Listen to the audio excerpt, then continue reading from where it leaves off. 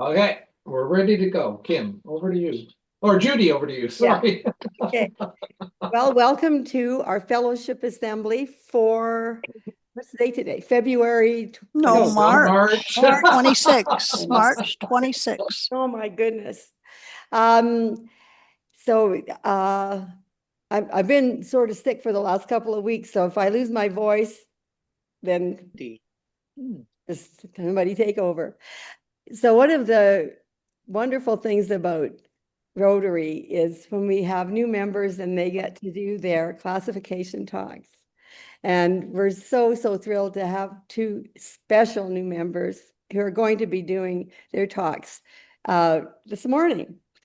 So we'll be starting with Jill Taylor. Mhm. Jill, and then Chris will then follow after with his classification talk, and then they're going to be doing a joint one together. So, Jill, I'm not going to introduce you because you're doing it yourself. So Yep. go right ahead and start, please.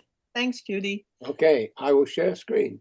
Where's it gone? Should be here. Oh, shoot. No, it's okay. Here we are. Okay, All right, you're on. give me a pick. You want to pick? I want to. Okay. Okay, we're starting at the beginning. This is, Wow. yeah, I know, chubby little, anyway. So early years, I was born in Salford, next door to Manchester, think Coronation Street. That's exactly where I was born. My dad was in the army. So I only lived the first 18 months of my life there. And after that, we moved around countless times. I think I went to 16 different schools. But the first posting we went to was in Kenya. And we were there at the time of the Mau Mau. And I have clear memories of going to school in a 3-ton truck with 2 armed soldiers at the end when I was 5 when I left and I just started school. Went back to the UK, and then if you could click on, my love, then the next overseas posting was Singapore. Bottom picture is my dad with a dhow, or actually Malaya before Singapore. And we were there for 3 years. And that's a picture of me and my mum and my brother, who is 3.5 years younger than me, in Kuala Lumpur. And then back to the UK again. And then I remember we went home on a troop ship, Her Majesty's something Navasha, and it took 3 weeks to get back. And I was 11, I'd just taken my 11 plus. And I was absolutely disgusted that we had school and homework on the trip. It was pretty bad. And we stopped on the way back, went up the Red Sea, but we stopped Aden. And I remember Mum looking over the railing and said, "Dear God, Jack," my dad's name, I never want to see this godforsaken place again. And then 2 years later, or 3 years later, that's where we were. And the picture on the left is our house next door to Komaxar Airport. And my mum desperately trying to grow a little garden there because it was hotter than hell.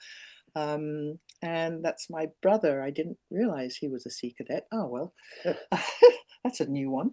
Okay. Okay. So back to the UK, went to live in Glasgow, and I decided I was going to join the army.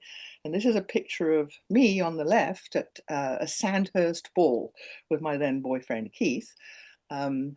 Dirty, rotten, two-timing, you know what, but never mind.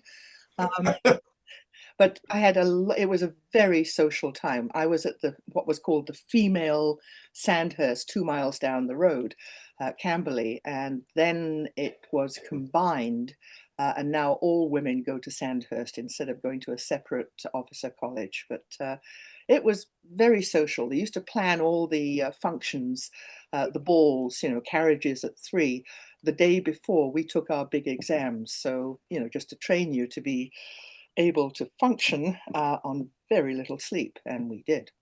Next one, please. That was me being commissioned by the Duchess of Kent.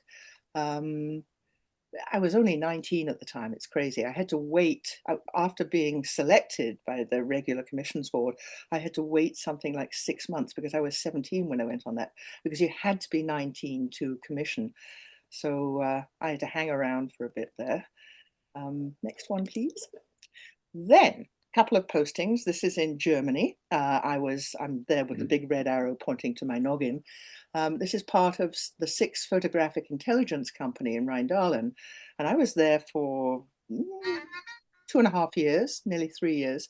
And we were pretty top secret, analyzing the Russian 10th Army in East Germany, and it's completely open now. But what the RAF and the US Air Force did, they had 3 corridors flying across East Germany, and they took photographs. I mean, it was hugely top secret then, and I used to back love. Why Yeah. did that? I don't know. And I eventually ended up becoming the British Army expert on surface-to-air missiles and tanks, Russian surface-to-air missiles and tanks, which is a real good training for civilian life. Pardon me. And still completely relevant today. Well, I still recognize some of the equipment in some of the, not so much in Russia, but in the satellites. It's quite interesting. And that's in Rheindahlen where I met and my first husband, John, who was second in command of the Berlin Military Police Company there. It was a fascinating time to be in Berlin. We were posted to Berlin straight after Rheindahlen, and I had to leave the army then because there was no position for me there. So that was it. So next one, please. Oh, I've leapt straight ahead to when we emigrated in 1976. John was second in command of the military police company in Londonderry in Northern Ireland. And we just were not happy. It was the time when the trade unions had an iron grip of the UK. You know, financially, it was pretty damn brutal. And about a third of his junior NCOs were on welfare. Their salaries weren't enough to support them. And this was whilst they were fighting in Northern Ireland. It was just insane. So we decided to emigrate. And in 1976, we emigrated to Edmonton, and John became part of the Edmonton City Police Service then. I think it was called Department. Anyway, we were there, and that was when I joined Drake personnel. I was with them for 5 years. I think they were a little bit teed off because I had 3 kids in the 5 years I was there, and got laid off with the National Energy, was it program or whatever, in 1982? Whatever. That was brutal. I mean, there were guys jumping off, you know, skyscrapers in Alberta at that time because it was just a desperate time. So I ended up starting my own company. I borrowed $5,000 from my stepfather, and started Taylor Personnel. And when we started making money, we had trips every year. As long as we made money, we used to take an extra long weekend and go down to California. And this is my tribe, or at least most of my tribe, from Taylor Personnel on one of the trips. And if you recognize it, that's in the Coronado Hotel in San Diego. We had some amazing trips. It was really good. And the company basically grew, and I was a smaller, what's the word, competitor to Judy at the time. We just had our office in Edmonton and a world corporate headquarters in Edmonton and the branch in Victoria. And I sold that company in 2010. My classification is actually translation services because John, my husband, who died in 1990, had assumed a role within the company and built up his own smaller organization, Language Services, where we provided translation and interpretation eventually in about 62 languages. So when John died, I took over that, and that's what my what's it called, classification was. Yep. But I skipped past when I joined Rotary. The reason I joined Rotary, do we have exchange students here? Yep. Okay. Here we are, Stony Plain Rotary. Stony Plain Rotary. I don't have many pictures. I looked and looked and looked. You've got an E in Stony Plain, but never mind. I looked and I couldn't find any pictures of the club, and it was an amazing active club. And Ellie was my sponsor. And Ellie was the one who basically dragged me into Rotary through the youth exchange program. Our first exchange student was Edgar. Well, we called him Edgar, the Latin. Oh, no, sorry, this is Johanna. I'd been an experienced exchange host before I joined Rotary, which is why I think Ellie sort of picked on me. But this is Johanna. She was lived with us for a year from Germany, whilst Alex, number 2 daughter, was living in France for a year. She was amazing, a really, really lovely girl. She's now an international lawyer in Munich. Next. That's her again on our backyard, looking out over to where Lewis lives. Yeah, that's across there. And this is Edgar the Latin lover, our first exchange student, clutching monopoly money, which is good. In fact, he's clutching real money now because he's a dentist down in Brazil. And I think Ellie went and visited him.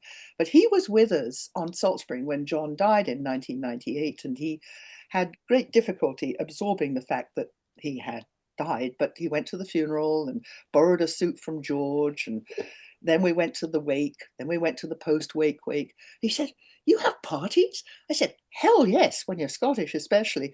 What do you do in Brazil?" "Oh, we go to the grave and then we go home." Ooh, boring. You know? That was Edgar. He was quite the eye-opener. And the next one is of Edgar and another of my exchange students, Heather, who was not Rotary. She was with us a year. And this is on Salt Spring. She is giving him streaks. I love it. Yeah. Student interchange. Next one. No. Oh, that's it. Hang on a sec. What are you anything else? Exchange students. Yeah. Yeah. I had more. I had Danny from New Zealand. I mean, Ellie knows all these. I had a couple more quickies from Brazil, not through Rotary. I think Danny and Edgar were the only Rotary ones I hosted when living in County of Parkland. Anyway, but it was a fabulous club, and I was really, really upset when I had to leave it. You know, I mean, it was lovely to go into Edmonton, move into Edmonton, live with Chris. Selling the acreage was a bit of a wrench because we built it before Louisa was born. It really was a wrench, but we had the house on Salt Spring that they'd been partially raised in, so that was it. Anyway. There. Okay, so I'm gonna drop in now, and then we're going to do a lot more Rotary jointly, and you'll understand why shortly. My classification is medical researcher, and you'll see why in a second. My first few years of life, I grew up in Windsor. Not in the castle. And at the family home? just down the road, and I could actually I could see from the bay window of our apartment, I could see the tower. It was an interesting place to grow up, and it should have trained me well for tourists when we came to live in Salt Spring. And then we moved to another part of the outskirts of London, a place called Ickenham, which is on the tube line. And some of you might have seen it if you've been traveling around and looking at tube maps in London. And then as a kid, you can see I already had an interest in sailing boats. I was the first member of my family to go to university. I went to Sheffield. And this is me graduating in 1968 with a BSc in physiology. And I actually stayed at Sheffield for another 4 years and got a PhD. And then through a series of coincidences that weren't planned at all, I finished up interviewing for a position as a postdoc at University of Oxford. Had an amazing mentor there for 3 years, Dennis Parsons. He was a really interesting character and a car nut, and assumed that my then wife Christine was a car nut because she was driving this little MG midget backwards and forwards to Reading where she was doing a postdoc, except that I was the car nut and she just happened to get to drive it every day. So it took us a long time for him to realize that. He had this gorgeous Porsche 911 that drove around town in a Volkswagen Beetle. So it was good times there. And then I was in the Department of Biochemistry, but this is a picture of the new building because the one that actually we were in got torn down when the city discovered it was above the legal height limit in the city. And it was a shame because that building had a paternoster in it to go up and down different floors. And it was built for Sir Hans Krebs, very famous biochemist who had a Nobel Prize. And interestingly, when I was interviewed for the job at Oxford, I was interviewed by Dennis and the chair, then chair of the department, Rod Porter, who the first year I was there, a rumor suddenly flew around the building that we all had to gather in the tea room in the afternoon. And it transpired he'd just been awarded the Nobel Prize. And he had cases of champagne shipped out from the college cellar for us to all celebrate. And that was really quite an amazing experience when you realize that your top boss is a Nobel Prize winner and recognized around the world. Interesting times. It was an amazing experience. And then I moved to Leicester. No pictures of Leicester, very boring city, where I got a faculty position for 3 years as what would then be an assistant lecturer.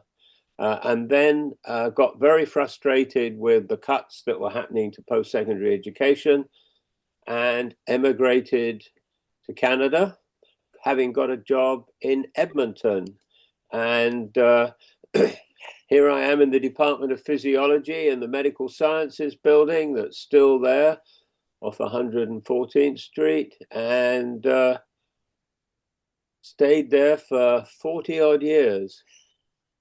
Doing medical research, teaching medical students, and slowly getting a number of positions of responsibility.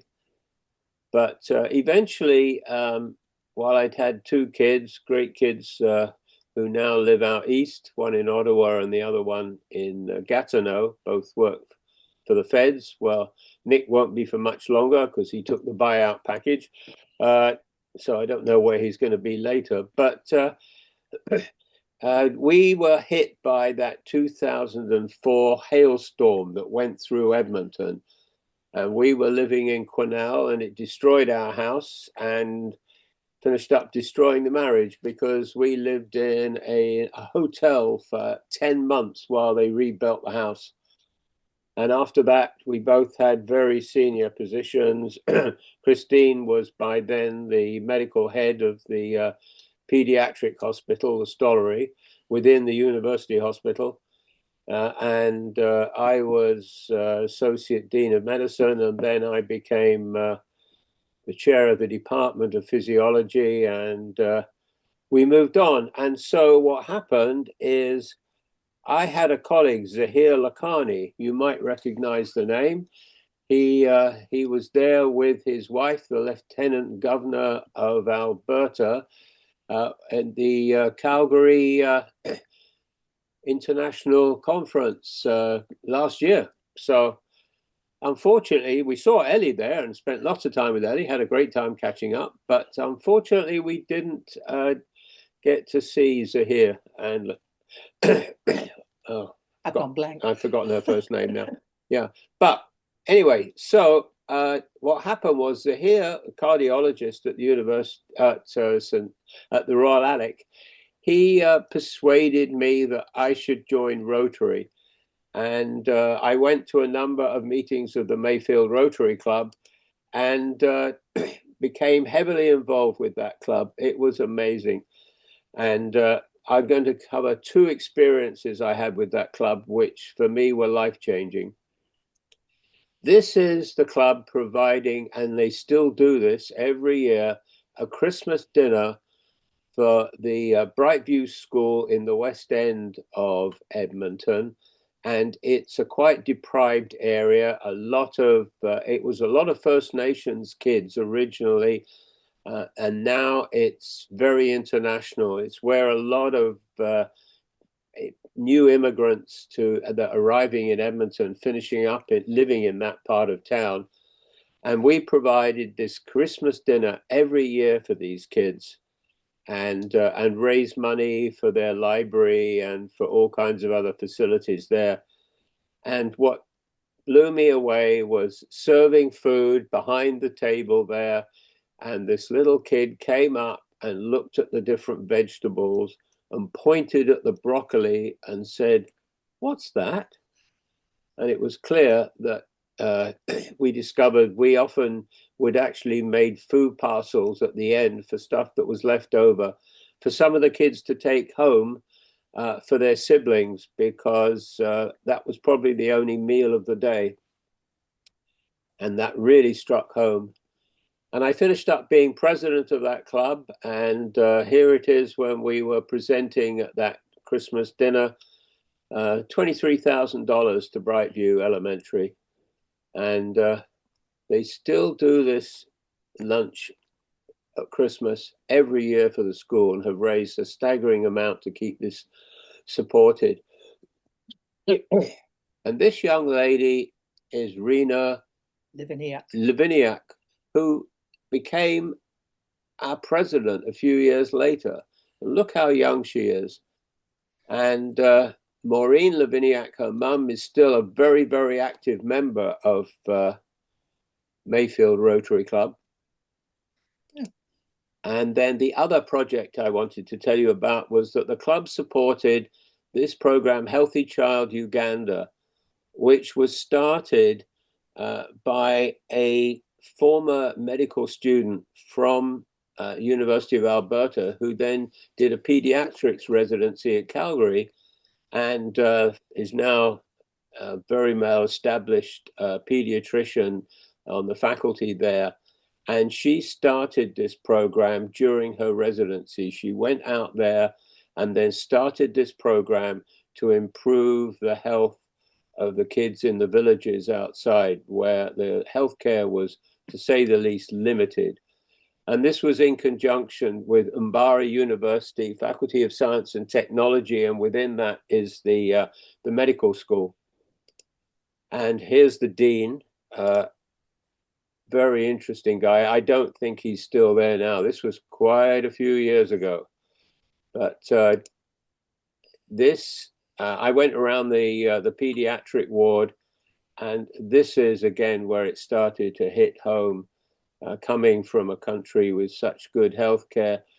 This child has got maybe 48 hours left to live. It's got malaria, and it's gone into the brain. This child has meningitis, malaria, and there was just nothing they could do about it. It was awful. But I also got to meet the pediatric residents there, and I had the opportunity. I had brought my laptop with me, and on it I had all my medical student lectures.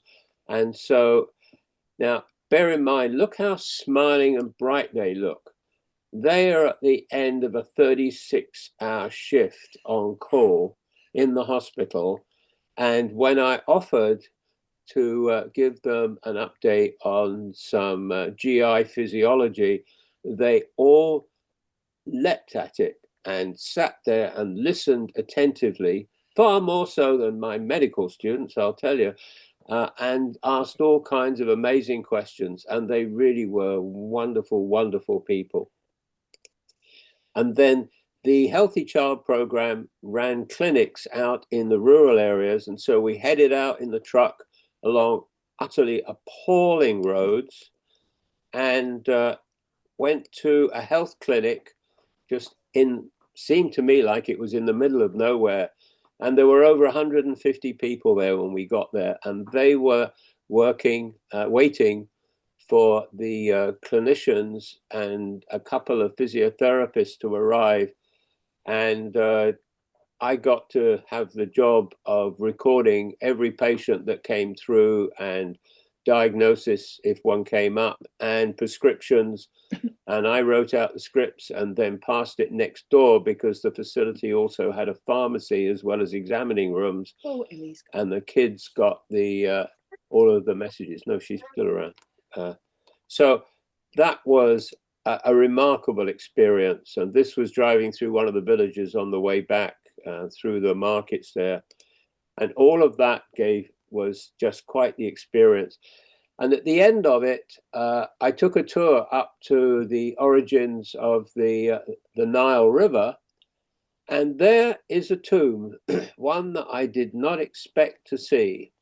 Any suggestions? I probably can't read it. That is Mahatma Gandhi's Right. tomb. So it's in the middle of nowhere but at the source of the Nile. So I'll just quickly take you through this bit and then we'll get onto the joint section. So one of the things that happened to me while I was at Rotary and living as a single individual, it was that a group of the Mayfield Rotary Club would go on a boys' sailing trip every spring out to the Gulf Islands, and they'd sail out of Sydney and later it was out of Nanaimo, and they encouraged me to join them, and this is where I learned to sail with this motley crew. And this guy at the top here on the right of myself is Grant, a member of the Mayfield Club, and he amazing Rotarian, and he was the skipper and he was the guy that taught me to sail. This is the motley crew in the cabin. There seemed to be a fair amount of alcohol consumed during these trips, but we all had a really good time. Well, mostly. But it was an incredible experience.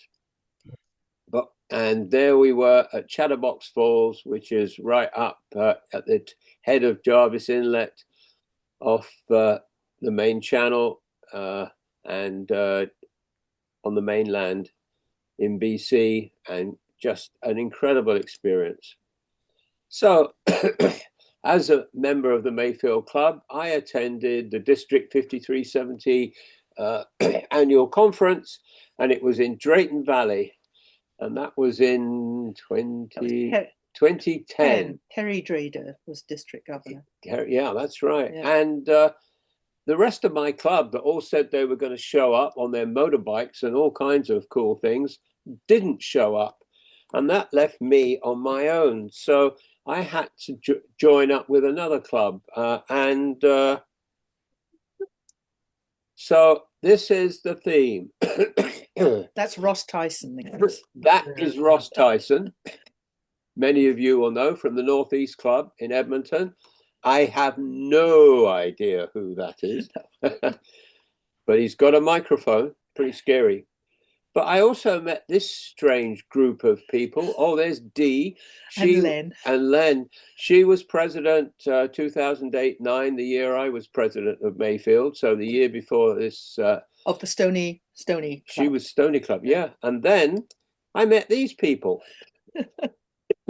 And that's when our lives changed, because there's Ellie in the middle. Wow, what a hair. That was a great wig, Ellie. Oh. And there's Jill. And Ramiro. And we had a marvelous time. And Jill and I seemed to hit it off. Yeah, I have that picture. I love that picture. Yeah, we were dancing to the Rolling Stones. Yeah. So we finished up getting together and finished up getting married. Jill joined Mayfield Rotary Club, and as she moved into Edmonton with me when we joined there in 24, and then we got married in 2012. Yep. Yep. On Betty's Beach, actually, on Salt Spring. But Jill already had a house here, and when I retired, and she'd you still had the language club. So, yeah, the services. Language services, yeah. But you'd sold Taylor Personnel. And I sold it when we moved. Yeah. Yeah. So we moved out to Salt Spring and we joined the Salt Spring Rotary Club. But before we'd done that, although this is on Salt Spring, this is another one of our exchange students, one that we hosted at Mayfield Rotary Club. This is Jakub. He's from Slovakia. And this summer, we are going to his wedding in Italy. And he was an amazing student. In fact, he stayed with us, and we had quite a lot of snow that winter in Edmonton. And he asked that he needed a genuine Canadian experience. So I handed him a snow shovel because the snow blower had died. Well, this is his family. And this is all his family. And Cynthia. Yeah. So it was, that was a great experience. He was probably one of the best that we had It was lovely. in Mayfield. Yeah. We nicknamed him Dobby, the house elf. Yeah. Yeah. So we are now into the joint part of Salt Spring Rotary Club. And this is when I was president, and this was it was after you were president, wasn't it? Yeah. Yeah. Yeah. And this is another one of our amazing exchange students.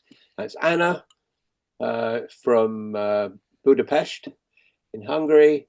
And she came out to visit the club last year. Yeah, it was nice. And she's reading law in the university there, which we suggested she should do because we actually nicknamed her Motor Mouth. She could argue her way out of anything, you know. She was awesome, and she pitched in with the club hugely. Yeah. And this is the last exchange student that the club hosted. That's Elo, which is short for Eloise. And this is us pumpkin carving. When was that? 2 years ago. 2 years ago. From Brazil. Yeah. Yeah, interesting kid. And this is when Gill was president. Yeah. Doing her stuff. And yeah, it was a good and it was a lively club, but it was starting to run down, sadly. Oh, that's me laying a wreath at the cenotaph, which we did every year on Remembrance Day, which is a big event down in Ganges on the island. And this is us celebrating the 60th anniversary 50th. of the club. 50th, sorry, yeah. It's written up there too. And that's Craig Gillis. Craig Gillis, who was the district governor. Campbell River. Yeah, and an amazing Rotarian and still very, very active within the district. He was a teacher and educator, and he gave great talks, and we had all kinds of fun with him at different events. Mm-hmm. Yeah, that was great. On the boat in Toronto at the International. God. Yeah, that doing was the hilarious. conga around the boat. Yeah. And this is a couple of the projects that the Rotary Club undertook in its history.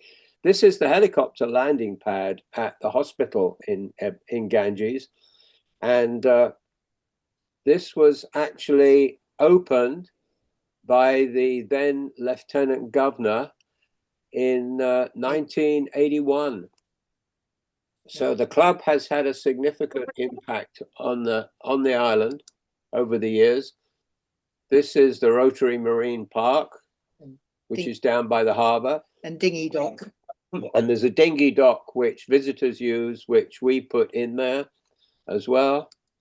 And there is the mermaid that we commissioned. I'm still not sure why the members at the time made the choice for that particular statue, but gets lots of pictures taken by the tourists. So, and then we did lot of fundraisers.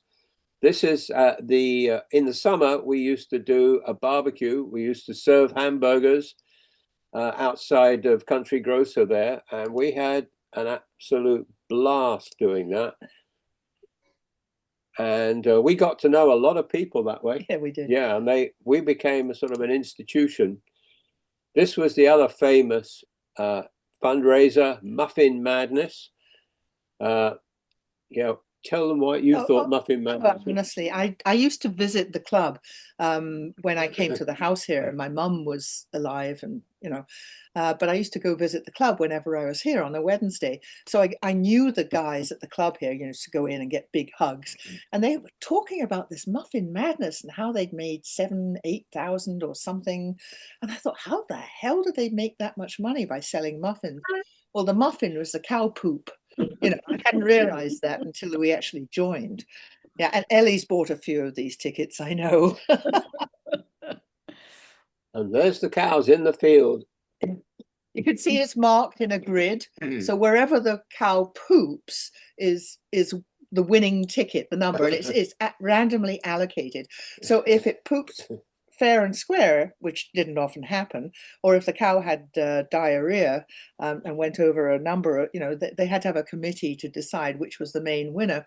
And they actually had to wait about 2 hours one time because the cow was constipated. Everybody left, and it was because it would be at the end of the afternoon on the Sunday. It would start at 3 o'clock, but that was the end of the full fair, and it would be winding down. So if the cow took its time, there'd be nobody left watching, and we'd have to phone up the winner. When we folded, we gave that fundraiser to the Therapeutic Riding Association. And the next one, then we did for a few years, we did Crab Fest, and that was a huge amount of work, very popular, but the supply of crab became unreliable, and so we were going to take a huge hit on it if we and COVID came. And COVID came, and that was sadly the end of it. And then we also did another service on the island, which might seem surprising to people, but there was nowhere for people, particularly businesses, to shred documents. They had to go off island. They had to go off island. And so we started bringing a shredder truck onto the island. And when we started it up originally, they donated the service, but that disappeared, and we had to get it sponsored after that. But this was the banner year when two big business, the CRD on the island, decided that they needed to get rid of a storage hut, and at the same time, the Moets had decided to clear out a storeroom, and as a consequence, I think we shredded something like close to 900 boxes. More than that, I think. And we had to we couldn't get them all shredded, and we had to load up 2 rental trucks to truck them off the island to get them shredded the following week. So that was a major fundraiser. And in a morning, you could make, that year we made several $1,000s. Quite a lot, yeah.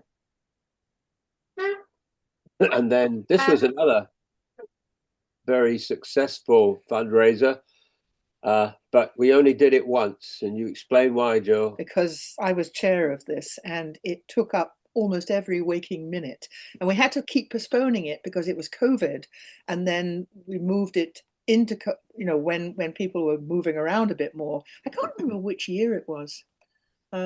20 anyway, but it was massively popular, and we made 26,000 or something, collecting all yarns, fabrics, whatever.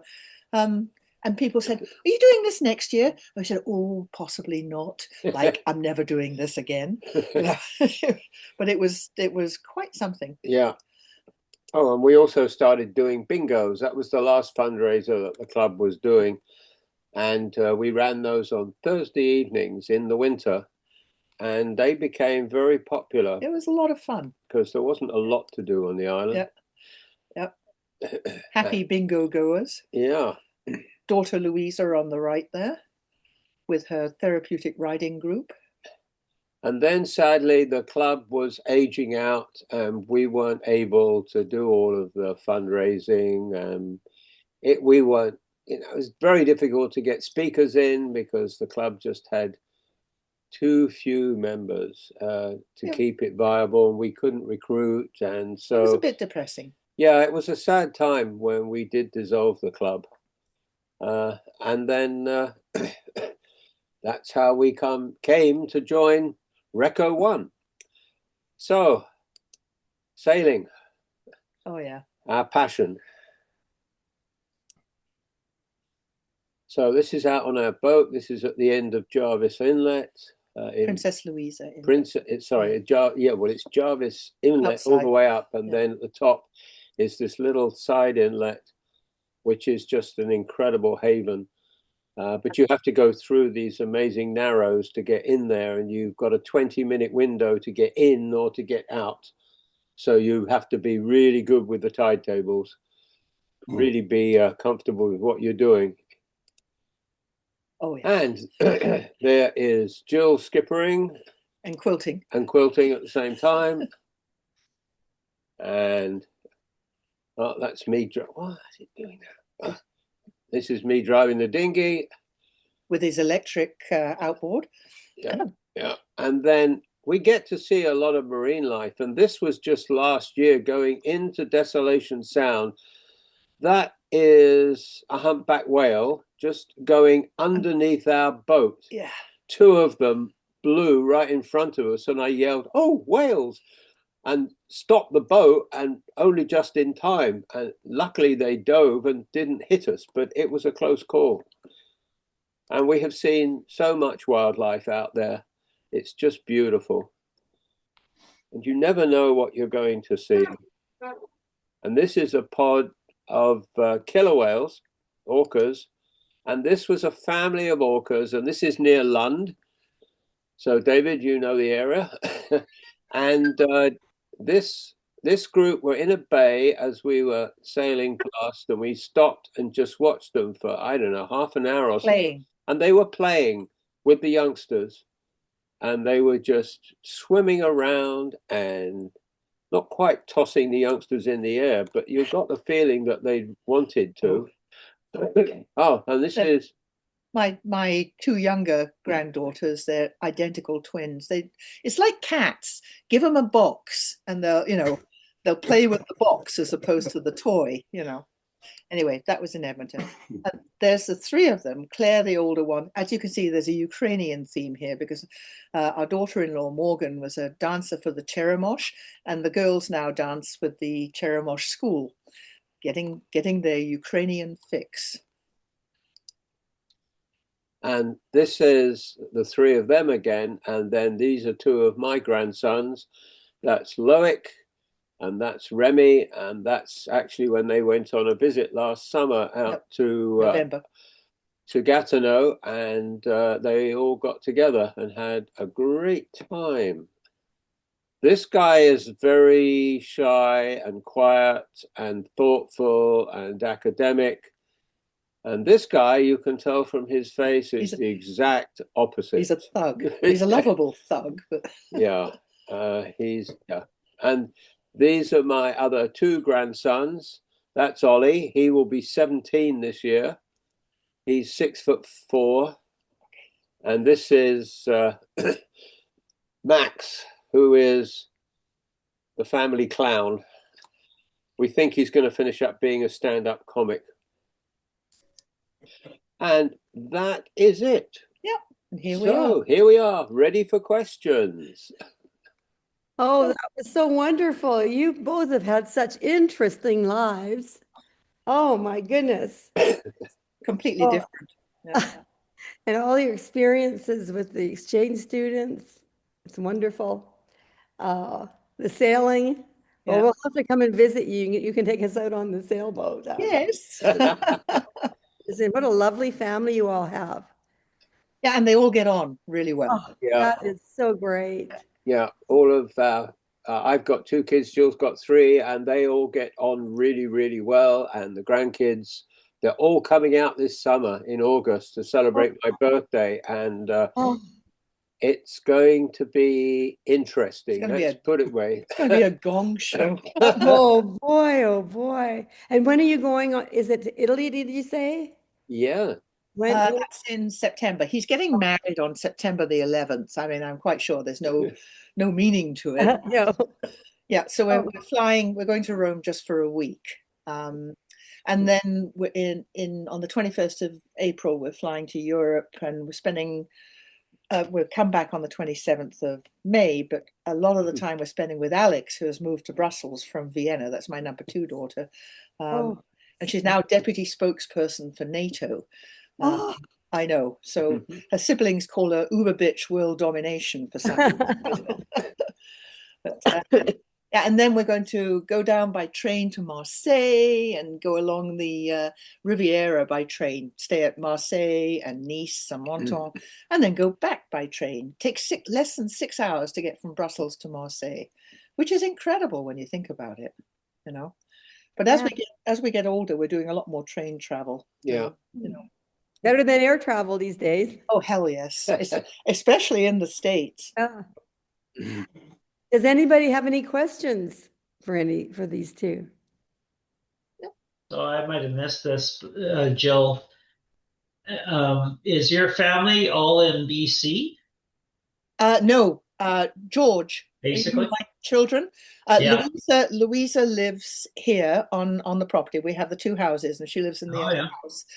She moved from Edmonton nearly 7 years ago, I think, Yeah. to work for Epicure. She was in the oil patch, and now she works on island, which is great. She doesn't have to go on the ferry every damn day. And Alex lives in Brussels, and George, with the grandchildren, lives in Edmonton, not far from where the Mormon temple is, off the White Mud there. Yeah. Yeah. Right on. So, And just another thing, I saw D. Lewis last night. oh, wow. Oh, He's what? still doing really well. I saw D. Lewis Yeah. last night. Oh, She was in the picture of the dancing with Len Torgerson. Yeah. Dee was amazing because one of the things the Stony Plain Club did was they had a walk. It was a 10-kilometer walk, not the Run for Life, but it was to raise money. And I can't remember exactly how they did it, but Dee did it in high heels. oh my God.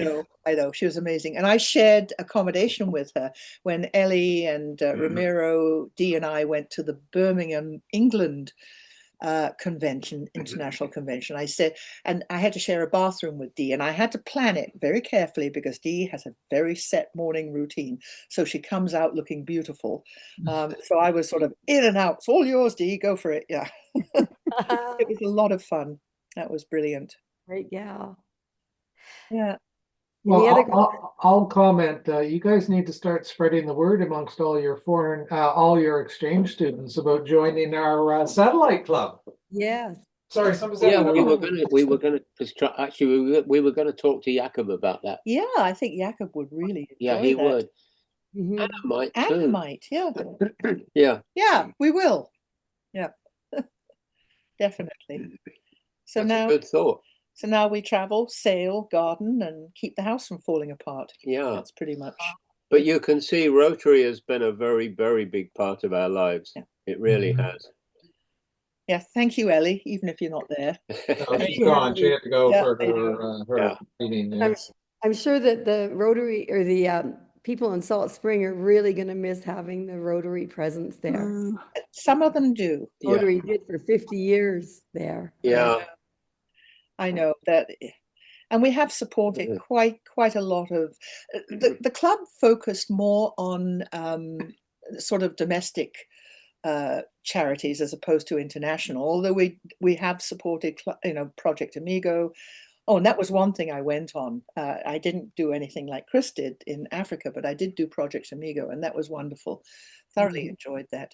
But they've supported quite a few things on island, and people still, some don't realize the Rotary Club doesn't exist anymore. So we handed off some of the fundraisers. We handed Shredder Day over to the Lions Club. We always had a good relationship with the Lions Club here.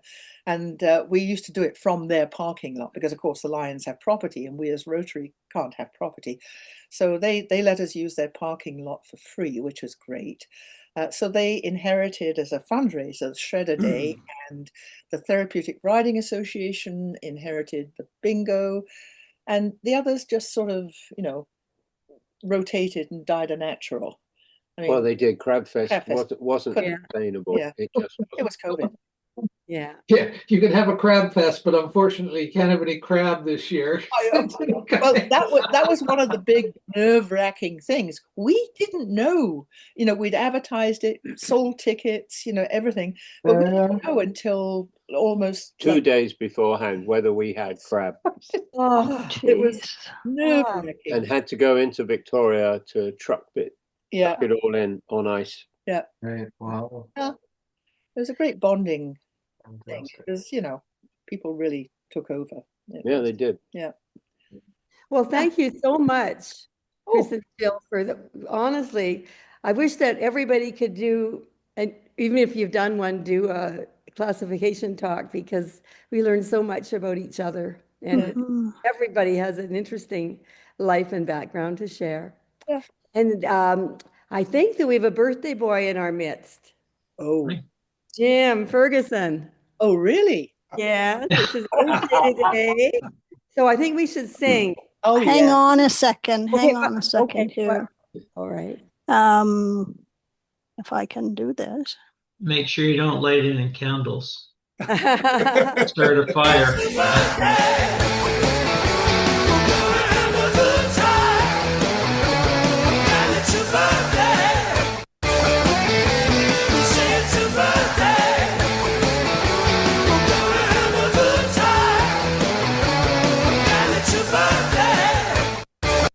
Oops. There we are. Thank you, Kitty. Oh, thank you Hey, very Jim. much. Yeah, happy birthday. Well done, Kitty. That was brilliant. That's probably better than if we all sang. Yeah, So absolutely, Probably. positively better for sure. Yeah. Almost definitely. Yeah. So Jim, what is it? 55 this year? Oh, Yeah, thereabouts. Thereabouts. Yeah. A tad more than that. And what are you going to do to celebrate today? Well, I'm going to do a real Canadian thing and go outside and shovel snow. Oh, no, not oh again. my goodness. Yeah, we had a good snowfall here the last couple of days. So We're did it supposed to have yesterday, flurries so, on the weekend too, apparently. So yeah. it's hanging on. we have, I think this is the first winter we've had with absolutely no snow. Oh yeah, show off, show off. Yeah. No. There's some on the higher elevations, but we're close to the water. We're sort of sea level almost. We did get some hail a couple of days, Ooh. but no snow. Wow. But we've had an inordinate number of gales. Yeah, So trees are down. what was it, in January, in a space of 2 weeks, I think we had close to 7 power outages, and Yeah. we had one day before yesterday, which the power went out at just after 6 p.m. and didn't come back on until 2 a.m. Oh wow. Luckily, I just cooked supper. Yeah. So Good. the lights were flickering, and I thought, "Oh my God, this is going to happen!" So I leapt on the stove and it went off just as I finished cooking. Because normally we don't eat that quite that early, but we did that night. Yeah. Well, I think Alberta and Ontario got record snowfalls. Oh wow! No. Parts of Ontario for sure late in the season. It just never stopped snowing from wow. Judy. December right through till like the Judy, how 1st much of snow have you March. had? What? How much snow have you had over there? Yeah, we have no snow here.